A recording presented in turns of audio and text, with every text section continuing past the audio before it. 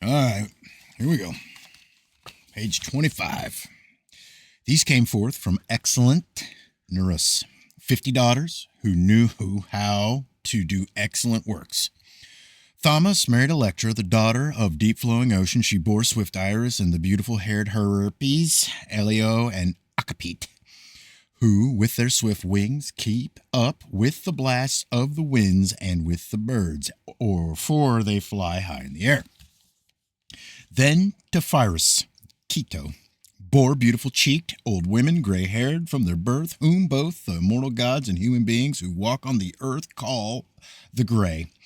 Fair-robed Pemfredo and saffron-robed Enyo, and the Gorgons who dwell beyond glorious ocean, at the edge towards the night, where the clear-voiced Hesperides are, Thano and Nereal and Medusa, who suffered woes. She was mortal, but the others are immortal and ageless, the two of them, with her alone, the dark-haired one, lay down in a soft meadow among spring flowers. When Perseus cut her head off from her neck with... God damn, these are... With her neck, great Chrysaor, and the horse Pegasus sprang forth. The latter received his name from being born beside the waters of ocean, the former beholding a great, golden sword in his hands. Pegasus flew off, leaving behind the earth, the mother of sheep, and came to the immortals. He dwells in Zeus's house and brings the thunder and lightning to the counselor Zeus. And Chrysler, mingling in love with Calliope, glorious Ocean's daughter, begot three-headed Gerenois, who was slain by Hercules, forced beside his rolling-footed cattle in the sea-girt Ethera on the day when he drove the broad-bowed cattle to holy Tyrans, after he crossed over the strait of ocean and killed Otherus and the cowherd Euryturician in the murky stable beyond glorious ocean. Fuck, this book is humbling. She bore in a hollow cave another monster, intractable, not at all similar to mortal humans being or to the immortal gods, divine, strong-hearted Echidna. Nope, Echidna. Half a quick-eyed, beautiful-cheeked nymph, but half a monstrous snake, terrible and great, shimmering, eating raw flesh under the hidden places of the holy earth. I think I seen that picture today. Yeah, I did. I seen that picture. Never mind.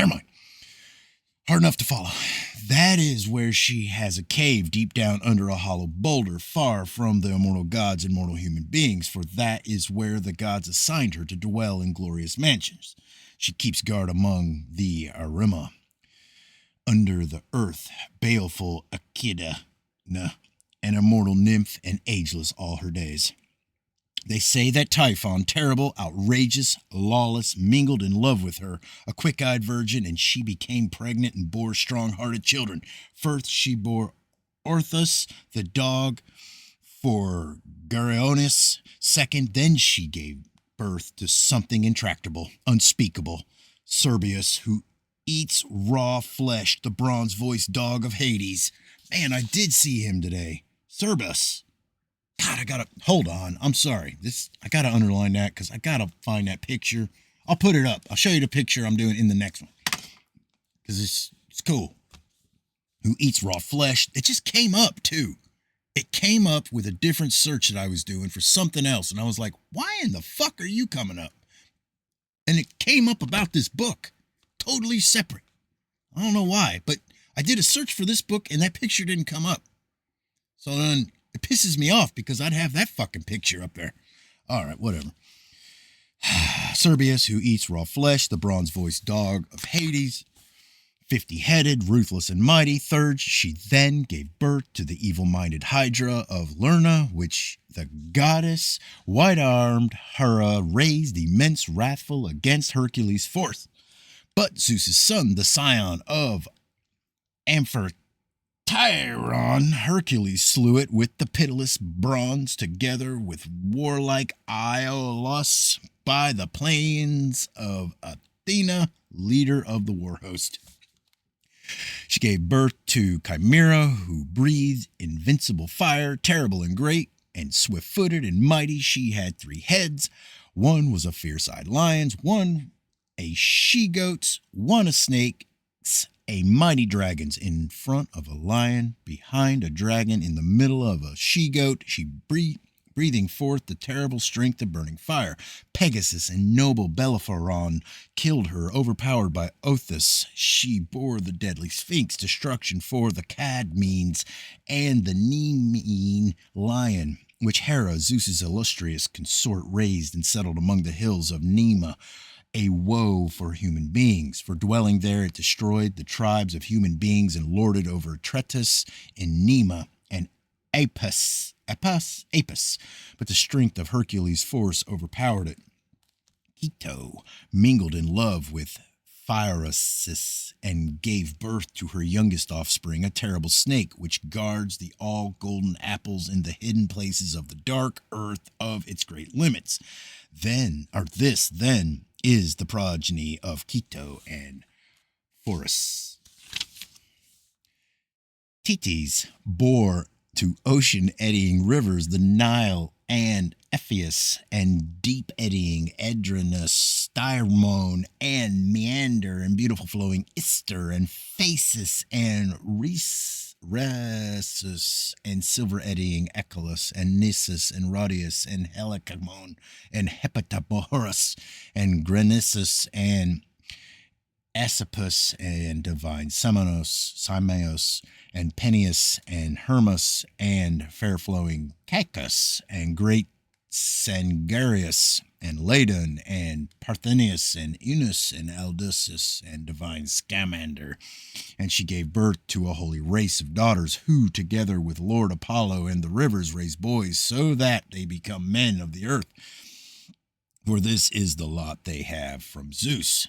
Pytho, and Edemet, and Aint, and Electra, and Doris, and Primono, and Orana are godlike figure, and Hippo, and Clement, and Rhodea, and Calero, and Exo, and Clytia, and Idea, and Pasto, and Plexora, and Galaxora, and lovely Dion, and Melibobosus, and Tho, and Polydora, a fair figure, and Ceresis, lovely of form, and cow-eyed Pluto, and Perseus, and Inera, and Acast, and Exath, and lovely Petrea, and Menetho, and Europa, and Metis, and Eurynome is how I'd like to say it, but it's, like me, or something like that. And saffron-robed Telesto, and Chrysis, and Asia, and lovely Calypso, and Eurodora, and Tyche,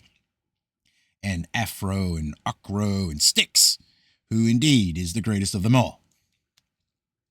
These came forth from Ocean and Tethys as the oldest. I would call it Tethys, but it apparently pronounced titties.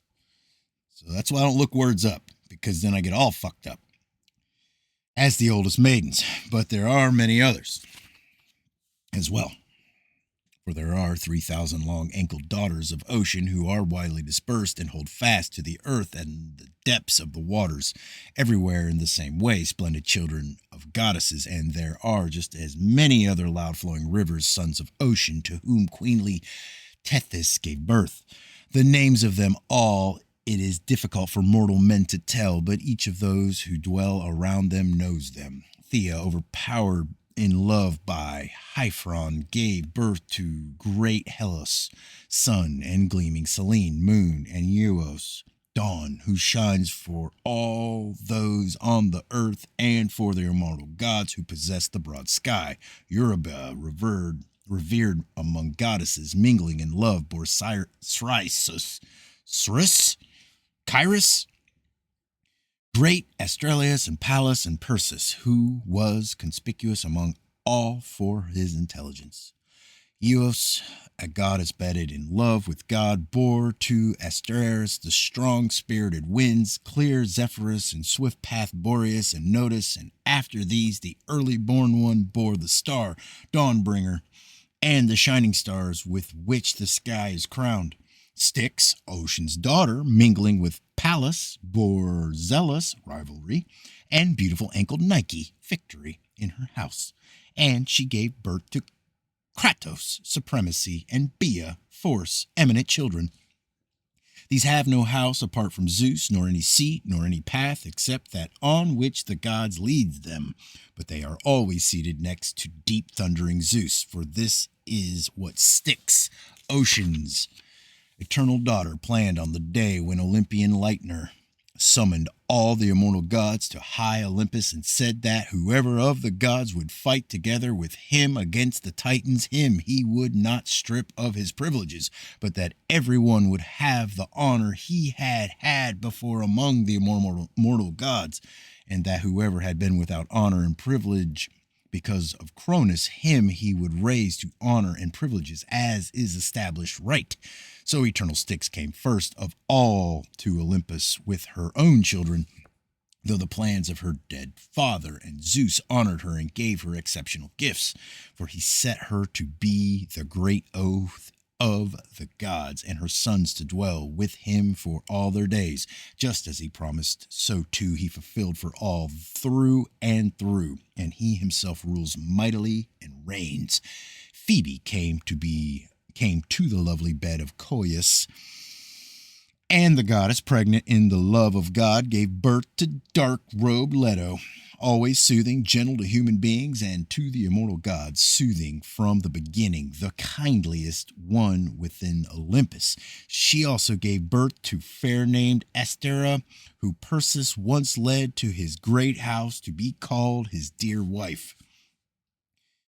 And she became pregnant and bore Hecate, whom Zeus, Cronus' son, honored above all others. He gave her splendid gifts to have a share of the earth and of the barren sea, and from the starry sky as well she has a share in honor, and is honored most of all by the immortal gods, even now, whenever any human on the earth seeks propitiation by performing fine sacrifices according to custom, he invokes Hecate, and much honor very easily stays with that man whose prayers the goddesses accepts with gladness, and she bestows happiness upon him.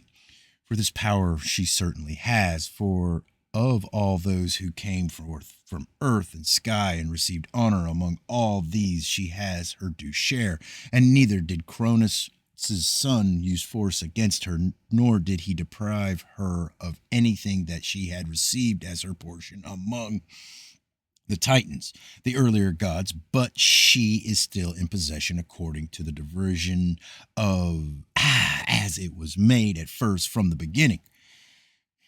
Nor does the goddess, just because she is an only child, have a lesser share of honor and privileges on earth and in the sky and sea, but instead she has far more, since Zeus honors her. She stands mightily at the side of whomever she wishes and helps him in the assembly, whoever she wishes, inconspicuous among the people, and when men arm themselves for man-destroying war, the goddess stands there by the side of whomever she wishes, zealously to grant victory and to stretch forth glory. She sits in judgment beside reverend kings, and again she is good whenever men are competing in an athletic contest. There the goddess stands by their side too and helps them, and when someone has gained victory by force and supremacy, he easily and joyfully carries off a fine prize and grants glory to his parents, and she is good at standing by the side of horsemen whomever she wishes, and upon those who work the gray storm-tossed sea and pray to Hecate and the loud-sounding earth-shaker, the illustrious goddess easily bestows a big haul of fish, and easily she takes it away once it has been seen, if she so wishes in her spirit. And she is good in the stables at increasing the livestock together with Hermes, and the herds and droves of cattle, and the broad flocks of goats, and the flocks of woolly sheep. If in her spirit she so wishes, from a few she strengthens them, and from many she makes them fewer. And so, even though she is an only child from her mother, she is honored with privileges among all the immortals, and Cronus' son made her the nurse of all the children who after her see with their eyes the light of much seeing dawn. Thus, since the beginning, she is a nurse, and these are her honors. Yeah, I'd buy the book, try to read that if you're listening at home, because this is about the only fucking way you're going to get the right names out of me.